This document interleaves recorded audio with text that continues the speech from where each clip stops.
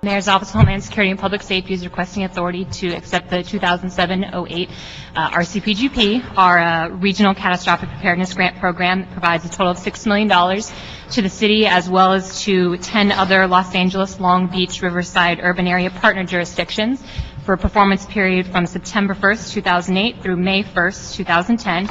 The grant requires a 25% cost share or a 33% match, which can be cash or in kind, which will be provided by all 11 jurisdictions in an approximately equivalent proportion to their grant award allocation.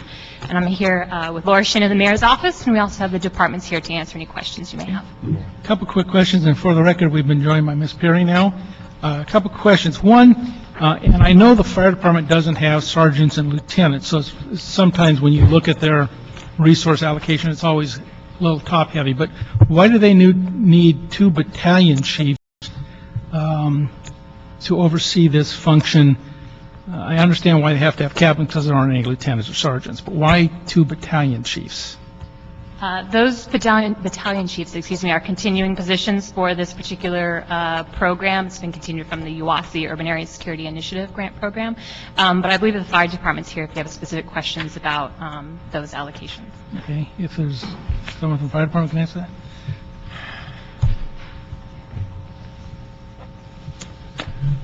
Good morning, council members. Bill Jones, Valley Fire Department. At this time, the positions are just being continued from the ongoing alliance, which is a continuation from the UASI 06 and the UASI 07 programs. In terms of the BCs and the 3 Captain 2s, the only reason that we have for continuing those level positions is because of the experience that those members bring to the program. Other than that, I'd have to get back to you. Okay, so the question needs to be asked in the future before we start these. Why so heavy at the top then? All right, we'll ask that next time we get a new grant then. I'll accept the argument that you've been doing this all along. That doesn't necessarily mean it's right, but we'll continue that. And second, and something I'm going to be doing as I look down the list of motions that had not been dealt with in this committee, there was a lot of things that were grant-oriented that seemed to get here really late. And so I would ask, what was the date that this was transmitted to the council? Does anybody know? The application or request to apply for the grant was, I believe, transmitted to the council in April of 2008. And then beyond that, the actual grant award was received by the city officially last September 2008. And why is it taking that long to get to here? Where's the problem? Councilmember Laura Shin, Grants Director. In regards to this RCPGP grant, this is the first time that this grant has been put out by the Department of Homeland Security. So there were several challenges, one being the department that put forth this grant has no prior experience. Usually we receive grants from the Grants Preparedness Department. In this case, a policy unit, the National Preparedness Directorate, put forth this grant, and that was a decision made by the federal government. As a result, we had several issues that we had to work out before we came and accepted this grant in City Council. One of them being there were no management and administration costs for administration of the grant, and that was something that we had several conversations with the National Preparedness Directorate, and only in March of 2009 did they agree to revise our policy and agreed to give us a 3% management administration. Another factor was that in January of 2009, they put a 50% personnel cap on the grant, which really limited our ability to create these mass care shelter plans and the pod plans. Once again, we submitted a waiver request to the National Preparedness Directorate, and in May of 2009, they approved the personnel cap increase from 50% to 78%. Once again, another factor was that in June of 2009, one of our partners or subrecipients in this grant, the City of Long Beach, was not able to participate further in this grant, and as a result, we had to revise the budget. So that's basically the history or timeline of the challenges we faced.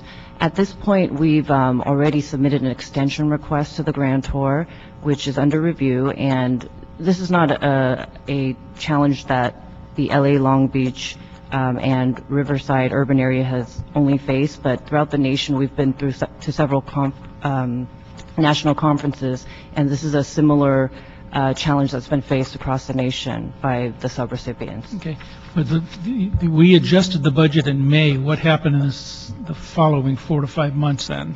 When did we get notification of grant acceptance? That was September of '08. So that's when we accepted, but we made all the after that- changes. When did the Correct. federal government agree to the changes?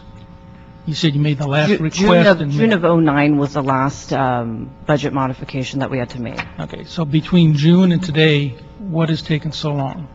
Well, we've had to draft the transmittal, and I think the details that we've had to verify, such as the match and also the budget, the revised budgets have taken time. And also, we just go through the normal process of releasing it from our office, having the CAO report drafted. I think you're going to see in the Budget Committee this year that we're going to start asking a lot of questions about grants, one of which isn't worth taking anymore, obviously. But also, and again, as I've looked down a lot of these, and I understand now a little more about this, but as I look down a lot of grant applications, they seem to get here with a week or two to go, or months after they've already been awarded, and we're trying to catch up. We need to tighten that system up. So I would hope you'll take a look at that. You're only part of the problem. There's a lot of grants in the city, but I'm going to want to see more efficiency in getting these grants moved through the system in the future, okay? Mr. Chair? Yes. A question, and really dovetailing on the question you asked before regarding the battalion chief, how we formulate these applications and how we structure our requests. When the chair asked about why do we need 2 battalion chief, and obviously there's a dollar amount allotted to it, does the program offer the type of flexibility where we can hire a grant writer as part of the cost if we are able to put together our own application? Do we have that type of flexibility in how these funds are being presented to the different municipalities? Yes, Anna Burton from the Emergency Management Department. I've been involved since this grant was originally released in drafting and identifying who and what projects would be identified and what level of personnel across the region would be included. One of the specific questions related to the battalion chief is the alliance. This group of multi-agency, multidiscipline personnel come together and they work at an off-site office. The identification of a specific class or rank of personnel is based on the number of people and the supervision that's required at this off-site. So in the case of the 2 battalion chiefs, they are at some level functionally supervising a variety of personnel, both from the city and non-city, including Riverside, Long Beach, Anaheim, Ventura. So the battalion chief level is really not only just for the experience, but it's also for the functional supervision and the oversight and being able to move this project as the city of Los Angeles and specifically my department saw was necessary. Well, I think that response is much more of substance as opposed to this is we always do it. So I appreciate that response. But on another level, if I'm hearing that we do not have the experience of grant writing, if we are challenged that way, at what point do you start asking, do we hire experienced grant writers to help us move this paperwork along so we could be on time, so we could be competitive, so we can get the best advantage possible given the unusual needs we have in this region? Yes, sir. In fact, the Emergency Management Department does have one grant administrator. She's here today, and her responsibility right now is funded through the 06 UASI grant. And specifically what she does is she tracks the expenditures, the financing, and the involvement, all of the partner agencies. There's approximately 35 individuals from all the different agencies that are right now that are directly funded. She was directly involved in the drafting and the updating of the budgets. And one of the delays, too, is that when we received the notice in June from the partner agency that could no longer participate, some of the delays is we don't have, we have chosen not to just unilaterally change the budget and move it forward. We do have to meet with our partners. As required by the grantor, we have to have all of them aligned, understand, and approve, not formally approved through any body, but all of the agencies. We do ask for their agreement and informal approval before we come forward to this body and seek So it acceptance. sounds to me it's the coordination of various bodies and jurisdictions and government entities that is consuming the time and not so much the experience of the grant writer. Yes, sir. Okay, thank you. And for your edification, last year, the controller did an audit on our grants programs here in the city.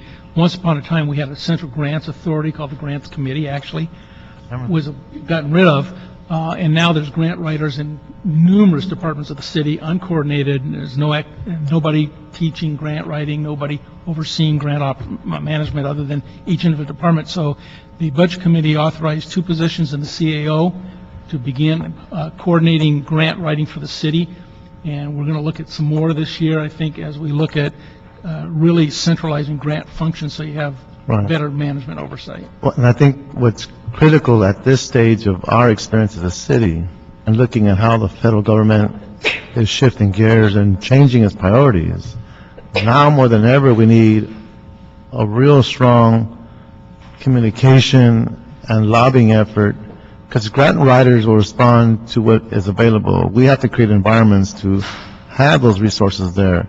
But if our grant writers do not know how to approach this whole culture of how you get to a yes, we're going to continuously lose and be at the end of the line when it comes to grants. And we're suffering for that very reason. And I'm glad to hear that. I'm hoping to see how they can start. Which committee would they respond to? I think just Budget and Finance, because it's the only one that oversees CAO, actually, so.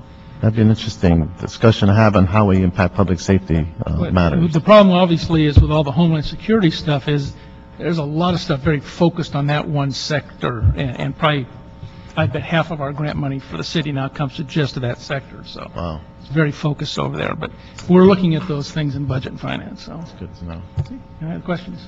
I was a few minutes late. I just wanted to clarify, we're not going to backfill positions, correct? I hadn't gotten that yet, so go right ahead. Oh, okay. I thought I That was missed my it. last question. I'll let you- No, you can have it. You're the chair, you're the chair. It's good. I just want to just throw it out there. On You take it. that point, On the that CEO recommends no backfill. The departments obviously want backfill. Anyone want to respond to how you came to that conclusion? The CAO's recommendation not to backfill is based simply on the fiscal situation of the city. Because of that, we're looking at taking existing positions within the city and reassigning to this grant-funded function, which saves approximately $700,000 over the course of this fiscal year for the city, for 4 positions in LAPD and 2 positions in existence in the fire department. That helps to lessen the general fund impact associated with the acceptance of this grant because it does have a fairly significant match associated with it. And the departments are here and can discuss more than maybe the operational impact of not backfilling those positions. For the fire department, we have asked for 2 additional positions to go to the Alliance, 2 Captain 1s. The department, understanding the budget constraints and working with the Budget and Finance Committee on other shortfalls in the department, we're looking to go ahead and reassign those 2 positions, not looking to backfill in the area. You can have some of those EMS captains we fought over last year. We're looking at all avenues, yes. Anything else? fine. Nope. Mr. Zine? Yeah, just a follow-up to that. The personnel that have been assigned to this, how long have they been assigned to this detail? That are on this continuing grant, how long have they been assigned to it? Each of the individuals, it has varied. They've moved individuals out as they've promoted and so forth, but the function within the department has been moved forward and approved since the acceptance of the 06 UOSI grant. Yeah, that's the concern I have. People promote, people transfer. So we're talking about consistency. When they go in there, you refer to the battalion chiefs. If they promote or transfer out, now you're going to start with someone brand new. So if you're talking about a battalion chief position or a captain position or something else, if there's not that consistency, and we had to say that with the police department, where a captain's in a division, he gets promoted to a captain 2, a captain 3, he gets transferred out, he's already established rapport, now someone else has to start over. If you're talking about these grants and you're touting consistency with the relationships, it doesn't play well to transfer them out, or if there's a commitment that they're not going to be promoted during that period of time that they're in this particular detail. Because now you're starting all over, and you say you need these battalion chiefs because of rapport, yet people transfer out and people promote. So it really dilutes the fact you want to have consistency. I think That's the problem. I apologize. One of the things I think the benefits is the team, because one of the delays in moving this entire project forward during the 06, it took about 18 months for all the personnel to be identified, funded, and to find space. Right. The uniqueness of this project is we do have a number of agencies and personnel working in an off-site office Monday through Friday. So although the individual space may change, the team makeup, the component, the work, and the goals and strategies have been identified, and they continue to revise and update them based on the grant funds that are being used. And I think the report is really one of the things that is maybe not as emphasized as much in the report, is that this grant is the first time that the federal government has required us to work with the Riverside urban area or operational area, has required us to work with all of our UASI partners. So we've included Orange County, their UASIs, and a number of other agencies outside the Los Angeles area. So this team is constantly outreaching and working with all of those different personalities. And they've built a rapport just not of individuals, but the makeup of the team that does continue to outreach and work and to continue to revise and present these plans. So when they select someone for a position with the fire department, the police department, they should select in mind that person is going to be there for a period of time.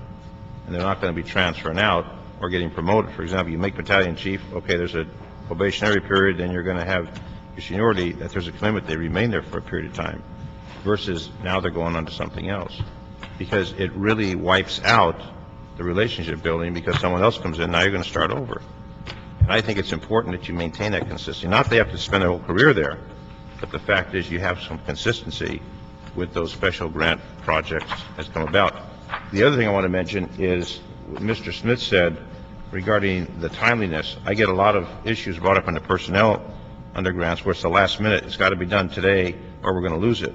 Well, the message is you're going to lose it if you don't get it into us timely, because we get put in the pinch because the departments haven't been aggressive with the paperwork coming through. And then they think, well, we're just going to pass it. But we're tired of being played and getting this last minute. If we don't get your approval and if council doesn't approve it and it doesn't get waved through, get them in timely or you're going to lose it. And I think if you lose a few, maybe you'll learn a lesson to give us the opportunity to do what we need to do to make sure that it satisfies the needs.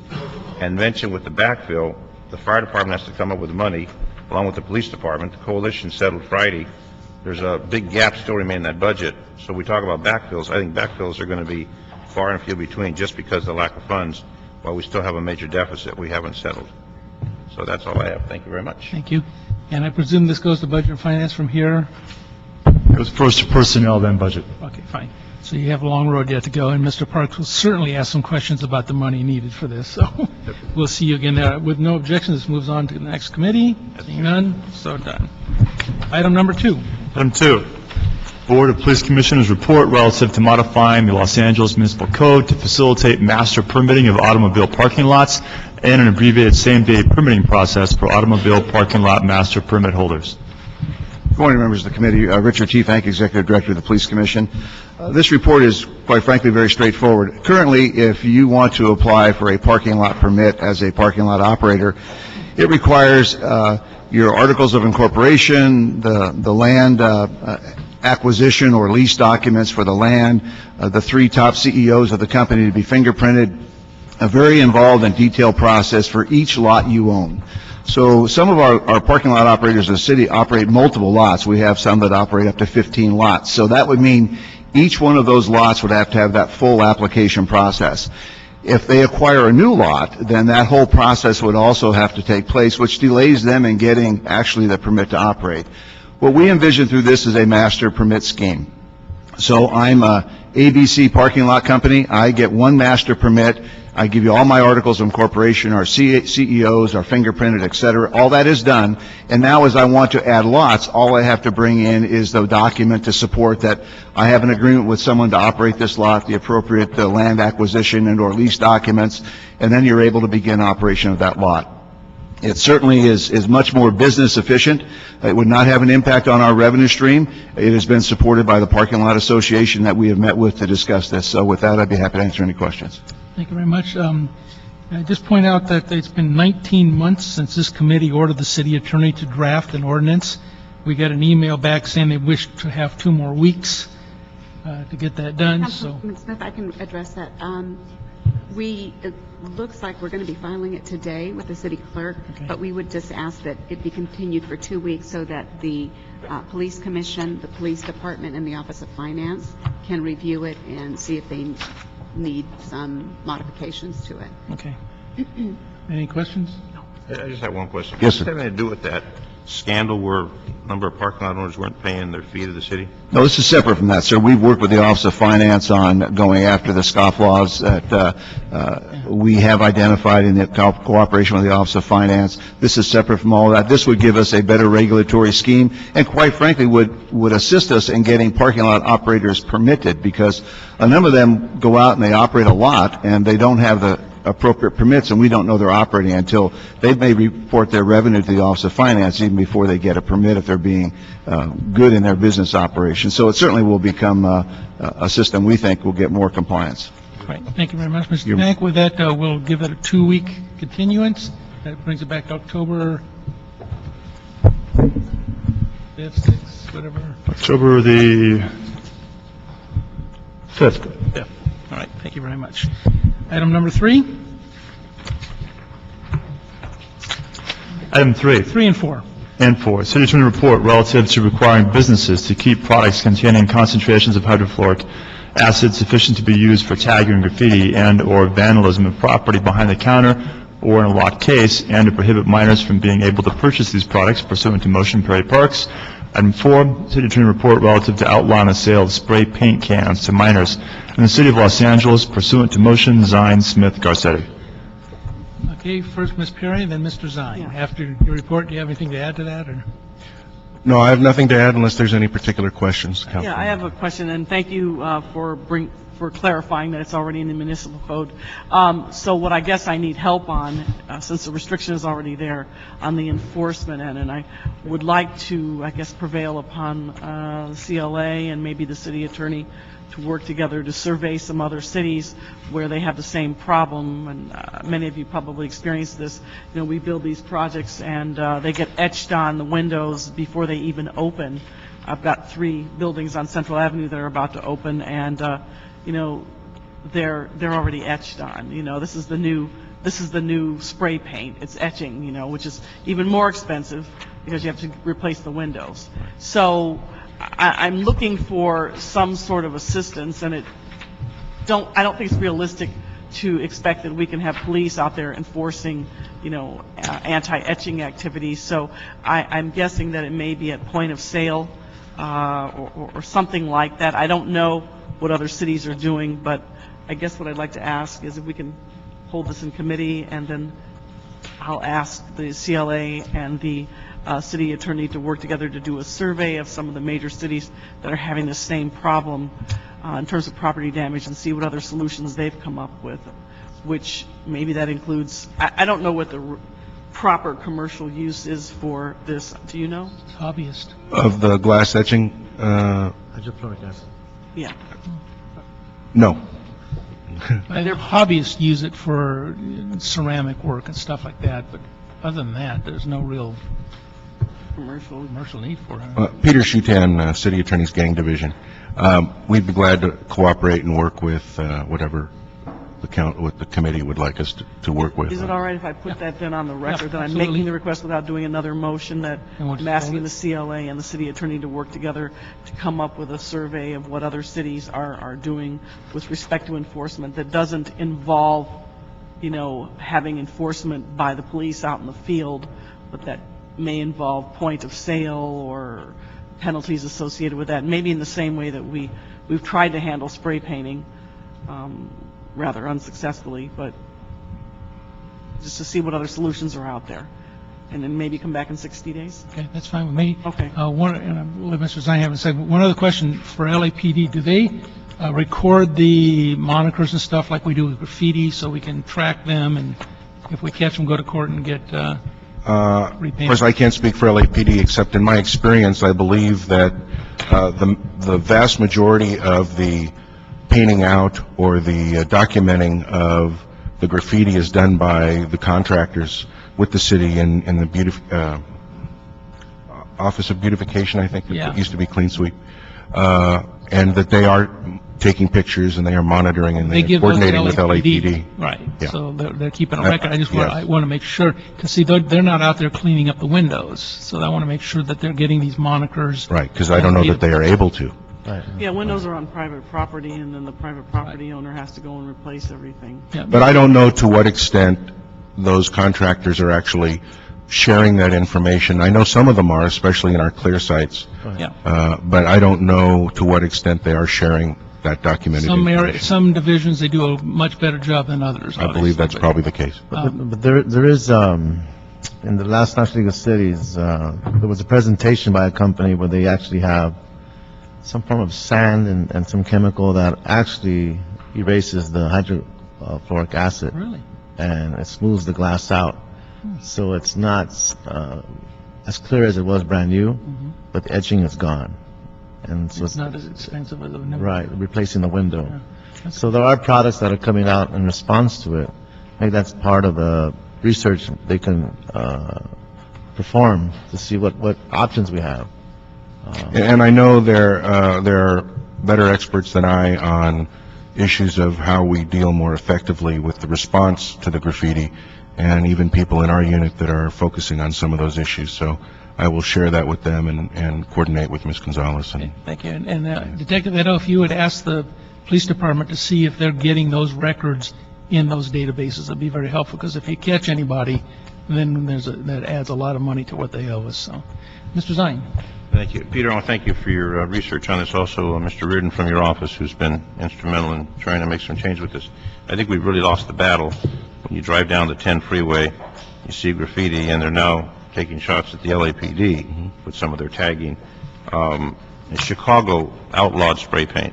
Their solution was to outlaw spray paint, so you can no longer purchase spray paint, and I don't know what impact it's had on graffiti, but you can no longer buy it. I'm sure the paint industry is not happy with that. Well, Chicago looks cleaner.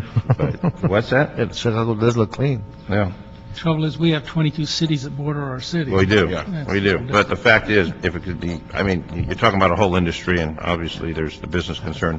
LAPD, I understand, has a detective who's now in charge citywide of graffiti, Ramona Finley, as I've been told, who's in charge of this, trying to put something together. The police department's trying to have some inroad into it. When it comes to the enforcement, the sales to individuals that are under the age of 18, who does that enforcement, if anyone?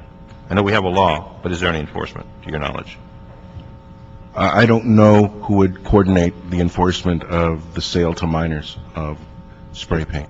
Because what troubles me is we have an ordinance in place. You can't purchase unless you're 18 or older. And I'm thinking we may move that to 21. But if we don't have any enforcement, it really has no impact at all. Whether it's the police, which are overburdened, or building and safety, or some other entity of the city where someone receives a citation. It's the proprietor. I know the ABC violations, liquor stores, the city gets money from alcohol beverage control. They do enforcement through vice operations. But it seems that we've been passing a lot of laws and restrictions, and if there's no enforcement, and I don't know if you can find from your records if we've done any enforcement. I know we issue the rewards when people actually see and report to the I think police. at first, the city clerk tax and permit division at the time did some of that. They went out. Enforcement? Yeah, enforcement. And this was like 15, 20 years ago.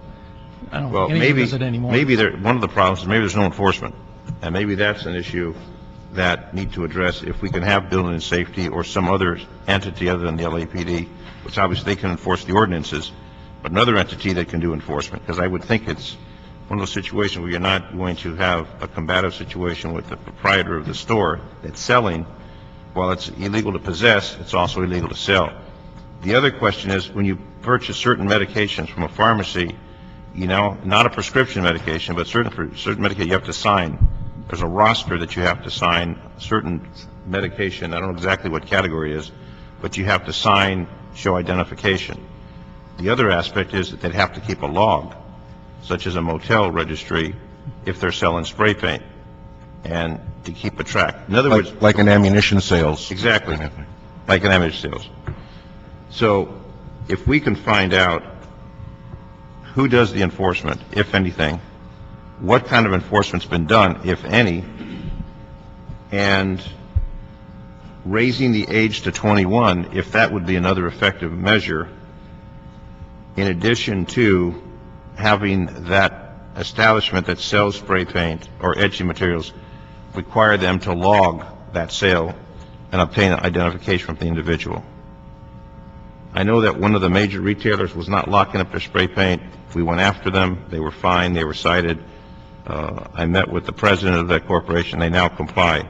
But I had to go to the top to finally get their attention. But there may be major retailers that aren't paying attention to it. I know you go to other cities, they don't have the ordinance like we have. We have to lock up the spray paint, et cetera. Here we do. And that was a noble effort, but it really didn't have a lot of impact as far as reducing the amount of graffiti. And to me, it just shows another sign of a deteriorating city, which obviously we want to change. So, Peter, if you can find that out, and would your department, would the city attorney's office have a record of any enforcement that's been done on any of these establishments through citations? Well, if we filed cases, we might be able to identify that record. Without having filed cases, I'm not sure we'd be able to track that. Because we may not have done any enforcement. That's the other issue. It may be just an ordinance that's sitting there that has an impact, but we haven't done any enforcement on it, which really doesn't do well when we're trying to do something to attack this graffiti. We can certainly do a run on those ordinances. I believe we can do a run on those ordinances that exist that restrict the sale and see if we've been presented with or filed, more specifically, if we filed any of those cases. I don't know what that number would look like. There's a lot of effort going in to try and make it better, but without enforcement, it doesn't work. Another thing regarding enforcement, the traditional rule is to send them to court or to an administrative hearing. I learned in another municipality, instead of citing people to court, they give them an administrative violation for a traffic violation. It doesn't go on their record, but now they're collecting administrative fines that go directly to the municipality. So they're bypassing the court, saving money for the city, and getting the revenue for the city. I don't know if we've ever done any of those administrative process. And the city that I'm referring to is in Orange County, where the red light violations are $460-some. Well, they decided to give an administrative violation, and all the money then goes to the municipality. Because if you look at the percent that goes to the state, the county, and the municipality, a fraction goes to the municipality, everything else goes to other jurisdictions. So not only trying to generate some revenue, but at the same time get the message across and make it reasonable. So I guess your research continues, Peter. Okay. And Ms. Perry has one additional question? Yeah, one additional question or comment and a question. The comment is the times that I've actually witnessed people committing acts of graffiti, they've been much older than 21. So I don't know if the bulk of graffiti is done by people who are under 21, but from what I've seen, these are older people who are probably out there doing, organized criminal activity on behalf of the organization that they work for. So gang they're working? Yeah, they're gangsters. They're not young. They're like old. Okay? And I've actually seen it, has it happen, phoned it in, followed people, made record of it, gotten license plates, things like that. That's number one. And number two, since this use of etching is just the next generation of this graffiti-like behavior, whatever we decide on has to be in sync with the sale of spray paint. It has to be exactly the same.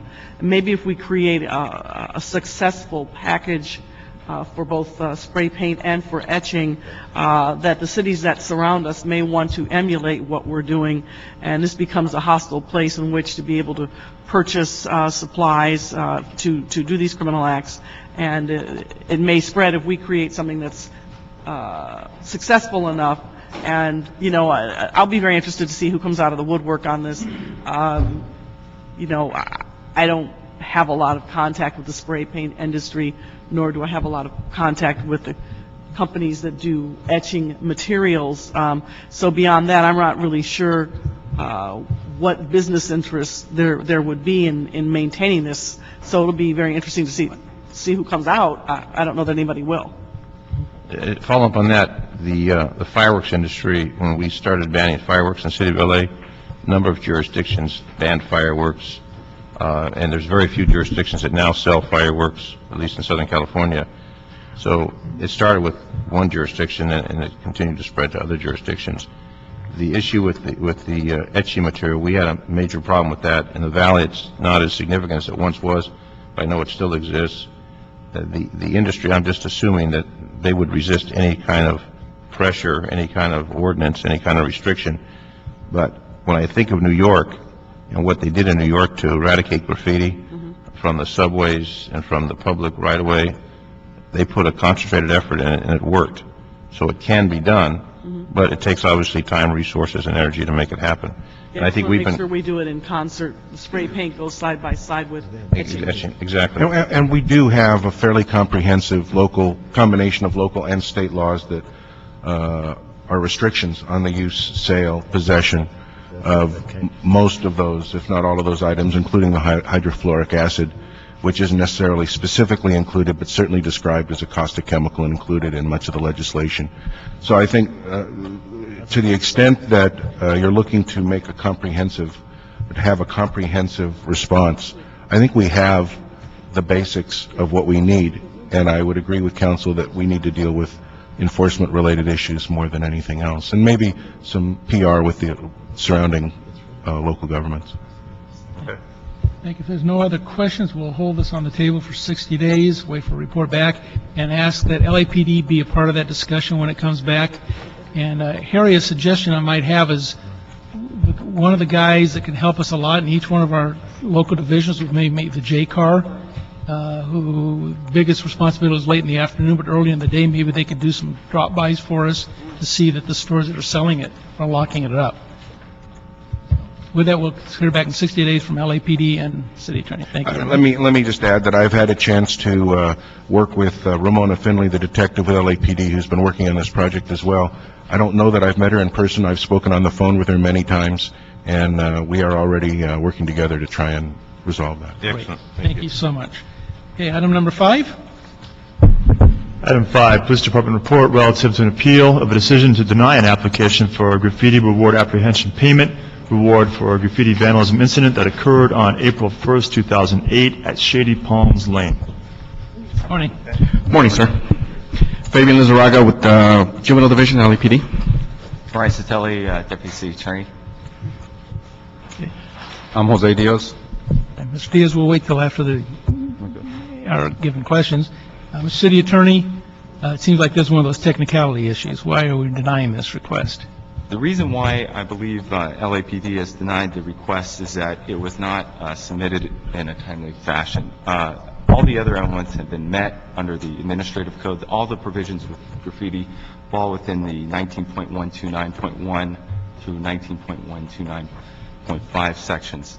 Within the admin code, it provides that it provides for a 60-day date from the date of the act. The current form which is out there provides that gives applicants notice, provides for 90 days, which has now been corrected. It's in the process of being published. However, Mr. Diaz unfortunately submitted his application untimely. He submitted it, I believe, in November.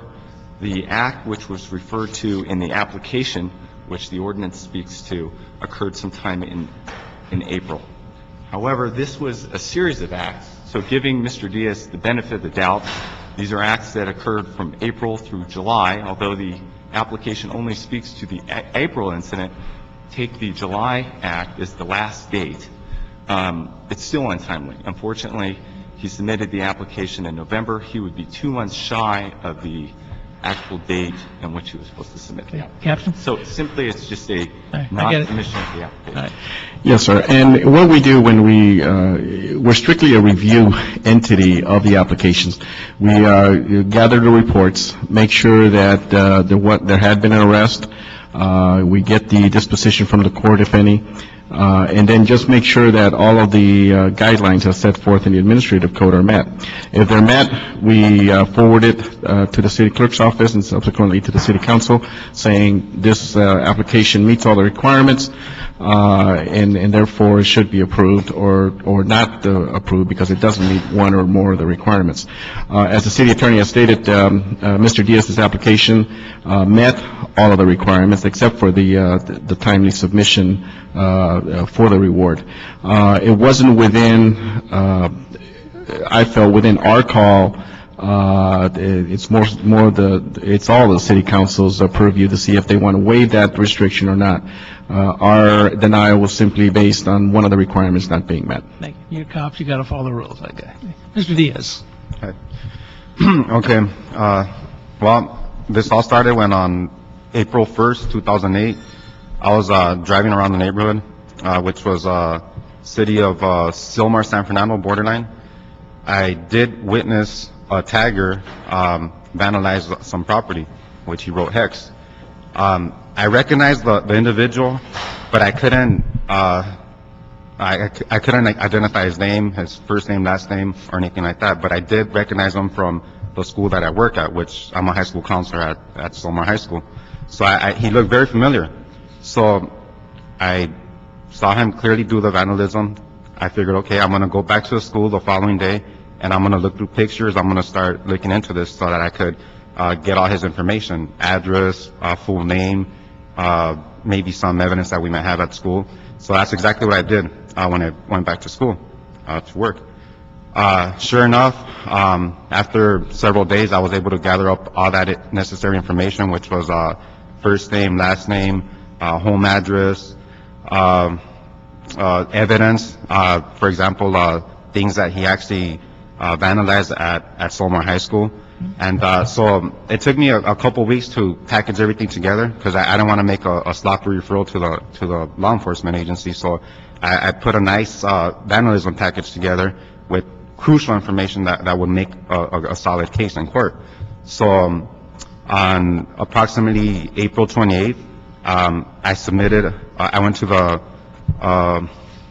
the Foothill Police Station, and I wanted to give the vandalism package that I put several hours into preparing to the tagging task force officers, and pretty much they refused to take it, and the reason why was because they said that it happened in the city of San Fernando because it was borderline. Don't worry about that.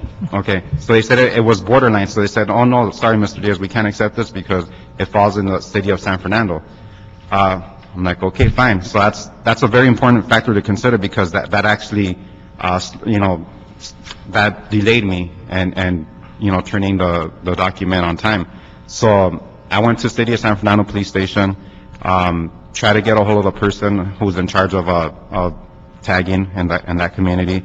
Took me several weeks to finally get a hold of him because it just doesn't go to any police officer. So finally I made contact with Officer Ventimiglia, which I have a proof that I submitted the package to him on May 9th. This is already over a month after the incident. So he received it, signed my receipt that I made just so I could have some kind of evidence. And so he acknowledged receiving over 19 color photos, my summary of what I witnessed, statement of Hector Lozano with a confession saying that he had tagged Hex several times, and several other pieces of evidence. So he told me, okay, thank you very much. I'll start working on it. Mr. Chair, I not to be rude, sir, I admire and I applaud your effort. I think you've gone beyond the call of duty. Right. I would move that we award you your application. Okay, thank you. And, okay, we do, but I just, it's obvious to me. I mean, I wish I could clone him throughout my district. I mean, then I'd have a much cleaner, yeah. You wouldn't want to be a police officer, would you? That sounds better than a lot of the work I've seen our guys. I like being a high school counselor. Not to be discourteous, I just wanted to show that I would move. Everyone's going to Thank want you. to support you. I think the issue is, and I think the captain agrees, it was a matter of timeliness in reporting it, not that you didn't deserve for the efforts that you went through. Right. So I don't think there's a dispute with that with the police department. So it turns out, did any of the acts occur in the city of L.A.? Yes, they did. You mentioned at the Sylmar High School. Yes. Okay, and did he have to go to court and get convicted? Oh, he got convicted for 2 felony counts of vandalism. Okay. And the last question I was going to ask you, at what point did LAPD tell you when you needed to put the forms in? Okay, after I gave the vandalism package to the San Fernando police officer, a few weeks later he comes back to me and said, sorry, Mr. Diaz, but this actually falls in LAPD's jurisdiction, Mission Police Station to be exact. Okay. So he told me, go see them. So I went back to Mission Police Station and I told him, look, Foothill Police Division denied this package because they said it belongs to San Fernando. Excuse me? That was still in May? This was actually May 23rd now. Okay, almost the end of May. Right. So, I lost a lot of time. Did they give you a form at that time telling you when to turn it in or not? No, and I still didn't get a form. Okay. So after, right. That's enough. We're going to give you an A for your effort. It's unanimous. We're going to recommend approval.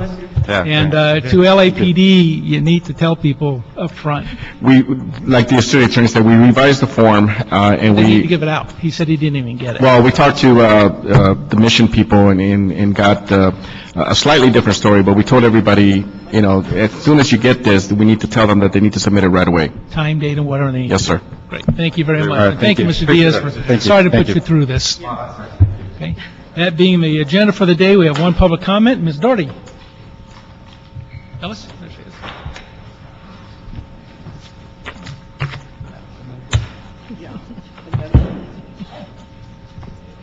How you doing today? Last time I hobbled up here. Yeah, what'd you do? I got hit by a forklift 4 years ago, and this is my 6th surgery, so I promise you it's the last time I will hobble up in this condition. Phyllis Doherty, I'm actually here because I want to talk about administrative citations. I wasn't planning on speaking, so forgive me for being so casual. For 4 years, as Councilman Smith probably recalls, I have been trying to get the city to adopt administrative citations. Finally, within the last few months, since Councilman Smith advised me to go ahead and pursue the way Anaheim is doing it, and I managed to get the completion, and we got rid of Mr. Boats, which was another big factor. I've been providing to the city departments and the county simultaneously. Mr. Kay over there through Bill Fujioka is pursuing it at the same rate that we are. I have provided the administrative citation forms front and back, which shows there can also be civil or criminal action taken on them from Santa Ana and Buena Park. There they have very, very good forms. I provided from Anaheim, as you suggested, the appeals form and the review form, so that we have that, and the California code section which authorizes it. So all we have to do is put that into our municipal code, which says that we can do it. We are at that stage. The problem is it's being held up with the CAO's office, and I'm not saying held up in that they're holding it up, but that's where it is. The issue is developing, and I just spoke with Pete about it. I also sent this to Nooch, by the way, to use for graffiti before, rather than this criminal activity, is that we need to develop the review panel. Can we do it as one panel that will handle all of these for the city, rather than each department having to devise their own review? That's the issue, and that's what they have to decide. So anything that you can do to expedite that, they're thinking on that. Public Works, I've gotten it to Public Works. You need to issue an order that all the departments need to get together and start working on this at the same time, so it doesn't go on another 5 years. Good point. Okay, Yeah. so that's where we are on it, and it will be coming in through the Department of Animal Services within maybe the next few weeks. John has it, and so that will be kicking it off in here. Finally, thank you for all Thank you your very help. much. You know how Appreciate many your help. times I have whined and begged and pled to get this heard. Thank you very much. Great, thank you so much. That being the agenda for the day, no other public comments, the meeting is adjourned. Thank you very much. Sure. Always a pleasure.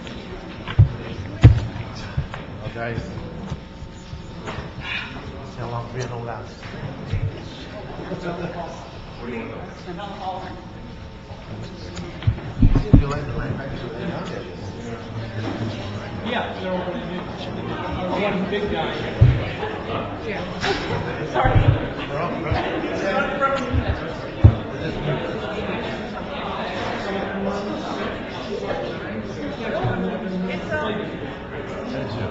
One guy,